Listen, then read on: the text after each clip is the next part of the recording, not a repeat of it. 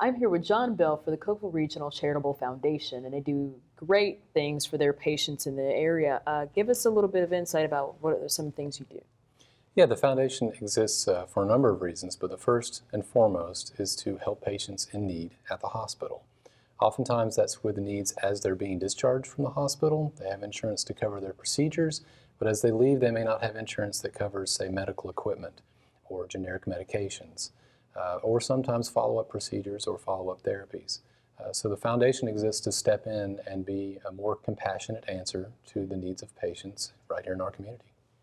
And give a rundown of some of the other ways that you help out. I know it's not just with the medical expenses. There's also some things outside of the hospital that they need help with as well. Yes. Oftentimes when there's an acute problem, say a heart condition, and a patient may be facing a new reality in life, say they were in some job that required physical activity, construction or something like that, and all of a sudden they've had a heart condition and they don't have full function anymore, maybe of an arm or whatnot.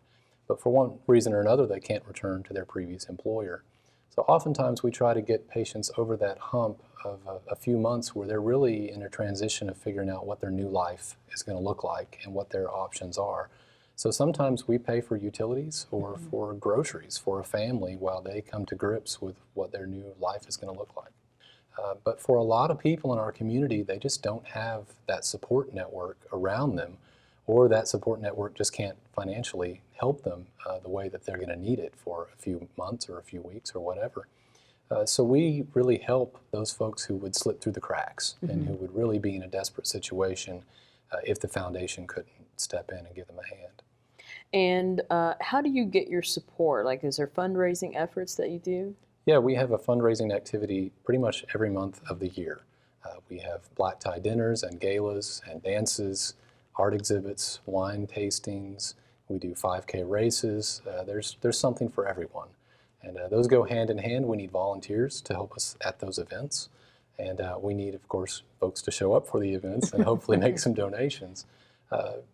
You can see a list of those events on our website, cookevilleregionalcharity.org, or folks can look us up on Facebook, Cookeville Regional Charity on Facebook.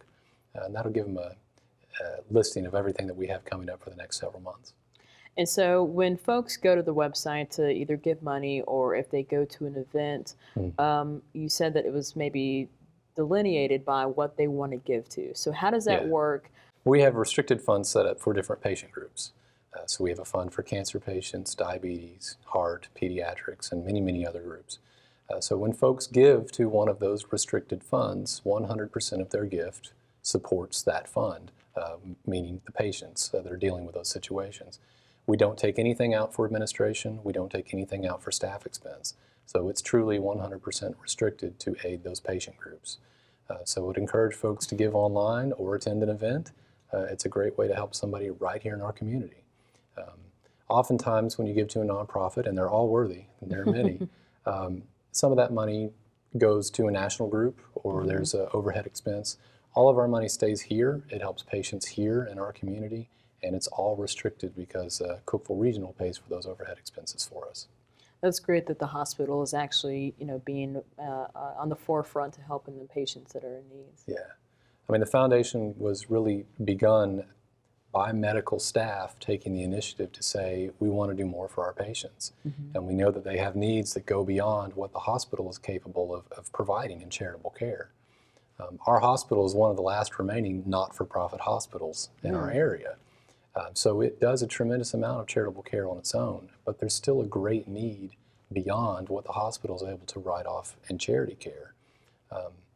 And oftentimes when we help a patient, it's not because the hospital has written off anything. A lot of times they have insurance to cover those costs. We just step in and help them as they're leaving the hospital and need that little bit of aid for a few weeks or a few months. All right, that's great.